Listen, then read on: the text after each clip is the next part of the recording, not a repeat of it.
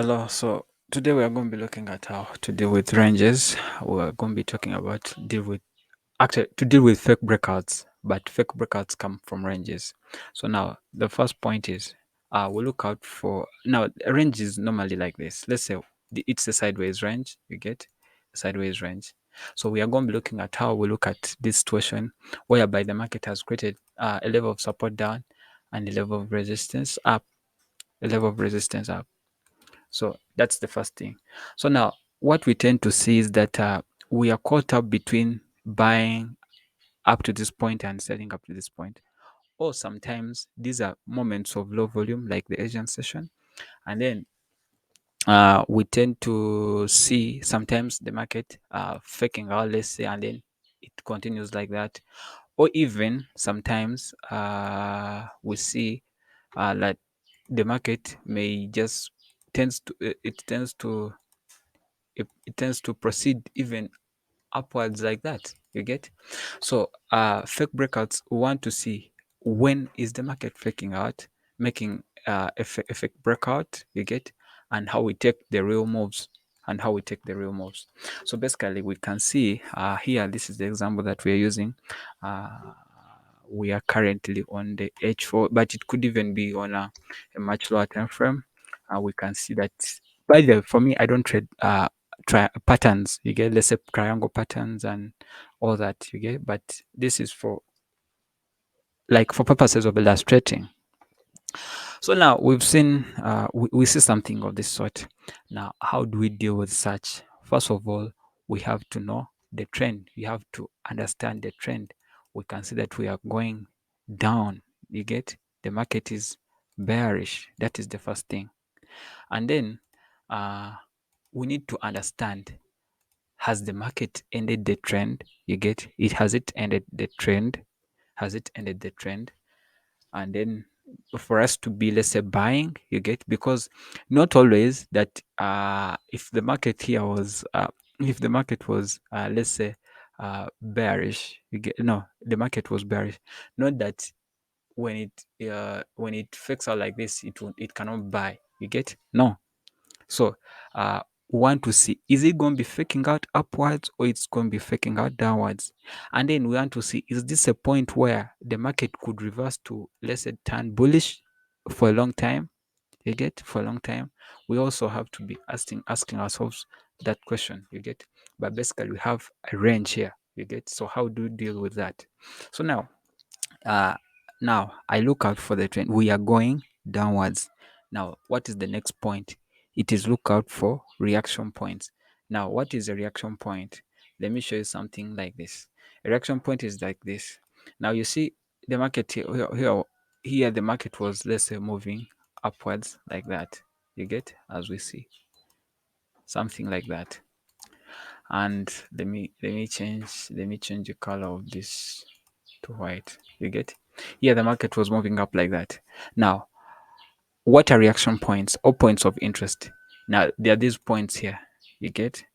There are those points, these points here. You get? What do we expect? We expect that possibly when the market comes, when it reaches here, we may get a reaction. For instance, when the market reached in this zone here, these points here, it tried to buy somehow, but the buying wasn't sustainable, so it proceeded down. You get?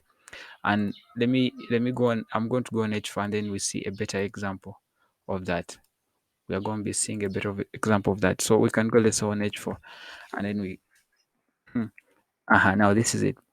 We have a good reaction point just over here.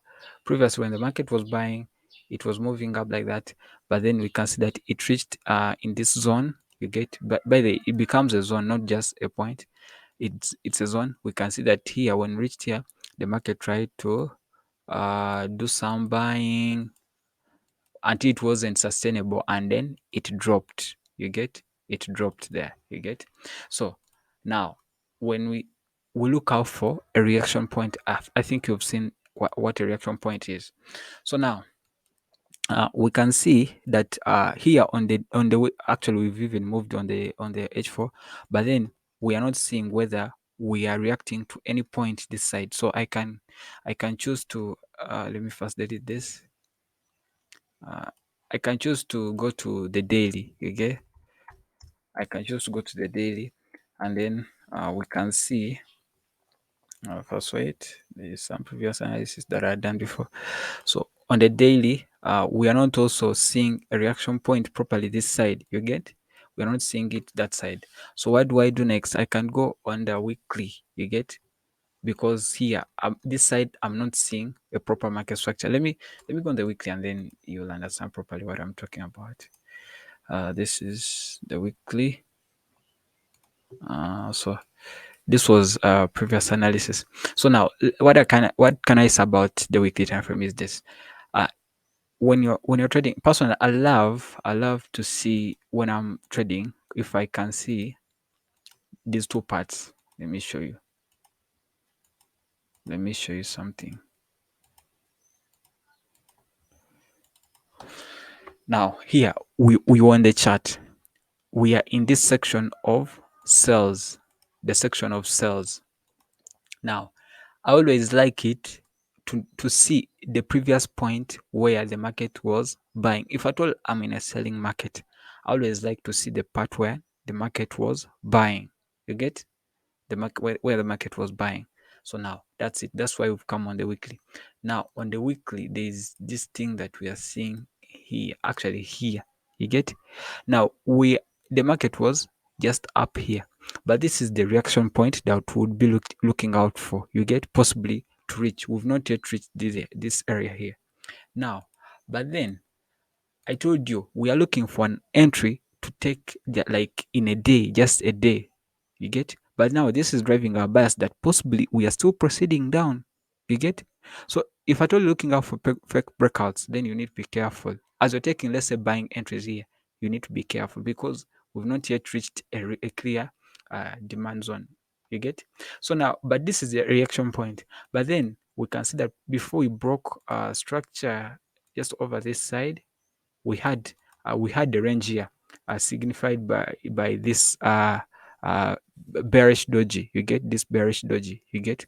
So now this one becomes this bearish doji. By the way, I'm going to, this is like the next topic that I'm teaching in mentorship, how to analyze the candles. You get? So you guys, you can join by my mentorship program. You can join the mentorship program. I've always, it's coming to the end of the year, and time is actually this month, apart from these beginning days, but in the coming days it's not going to be good for you to be trading actually, because it can be very, very choppy and very tricky. You get? So now this area, this candle here, I'm not going to go in details, but now this is the most recent order block. Anyways, I'm looking out for the most recent order block. Now on the weekly, I've seen it. You get? This is the most recent order block, or a demand, an area of demand. You get? An area of demand. So now I can go back on a daily time frame now, which means here, this is the area of demand. We've not yet reached it. You get? Now, what do I look out for on small time frames? This is area of demand. Now, on small time frames, I look out for areas of supply. I place a pending order. You get? Then, like, let's say a sell limit. We move like this. The market, because I know the market is going to be moving like that. You get? So I need to be identifying the next point where the market is going to reach, and then it taps down like that. You get? Because we get longer moves down. You get? So that's it.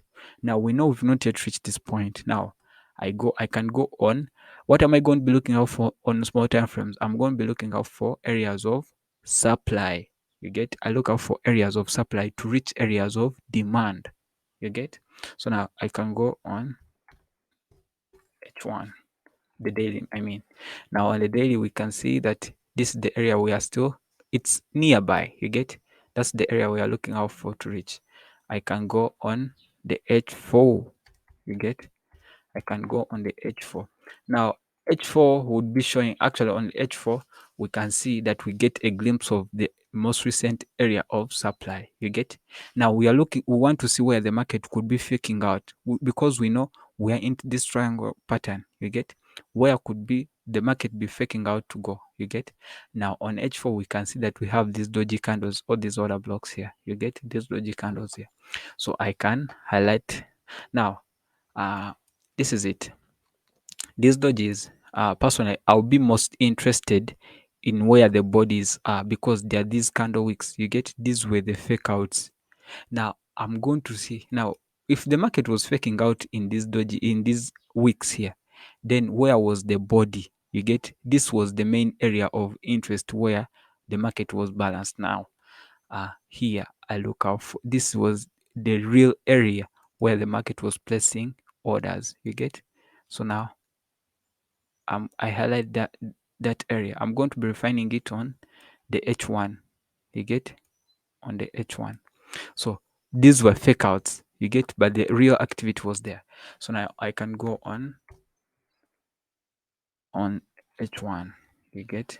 Now H1 I can what do I do on H1? On H1 I can refine, making it more clear. You get? So now on H1, this is what I'm seeing on H1. Let me extend this. This is what I'm seeing on H1. We have these candles here, this small range here. Now, this is the area of supply that I'll be looking out for to place a penning order, because this will happen during a news release most of the time where we shall move aggressively. So by the time you think of placing an entry here, the market has left. You get? So now here I look at these candles here. So now for me, I look out for this candle here where its body is, where its body was starting. You get? Because I'm going to be placing a sell limit. You get? A sell limit, a sell limit. Then I place my entry here because I don't want to be missed out. You get? So now, but remember, by the your stop, where do you place your stop loss? Your stop loss should be if at all they went above here, then my stop loss will be just there. You get? So I can place my entry just at the beginning here, just at the beginning there. You get? So I can read this triangle there. So my entry is here, my stop loss is here. You get? My stop loss is there. So now then for these ones I can delete. So now what am I going to do next? Now I place my sell limit here because on the weekly we are still proceeding down. You get? We are still proceeding down. So now this is what we do. You see, the market first goes down. This is what I was telling you. It moves so sharply and then it picks up your order just there. You get? And then it moves swiftly down. You get? Now here, after getting filled, for you just wait. You get? You just wait. You can even go back on a bigger time frame like the daily or the H4. Let's say, let me go back to H4. You get? I can go to H4. You can see it got filled here. You get? And now, which means the fake breakout was here. You remember, we are still proceeding down. You get? We are still proceeding down. And now we do like that. You see? Now, the moment the market taps into here, so which means that it becomes our take profit level. You get? So if we went back to the H1, this is a very profitable trade. So you got in here, this move, the second move already found you there. Here, it wouldn't take you out, and then you proceed to reach your take profit level here. You get? So that's it. That's how you're going to be dealing with fake breakouts. You get? That's how you deal with fake breakouts by analyzing properly. I wish you the best.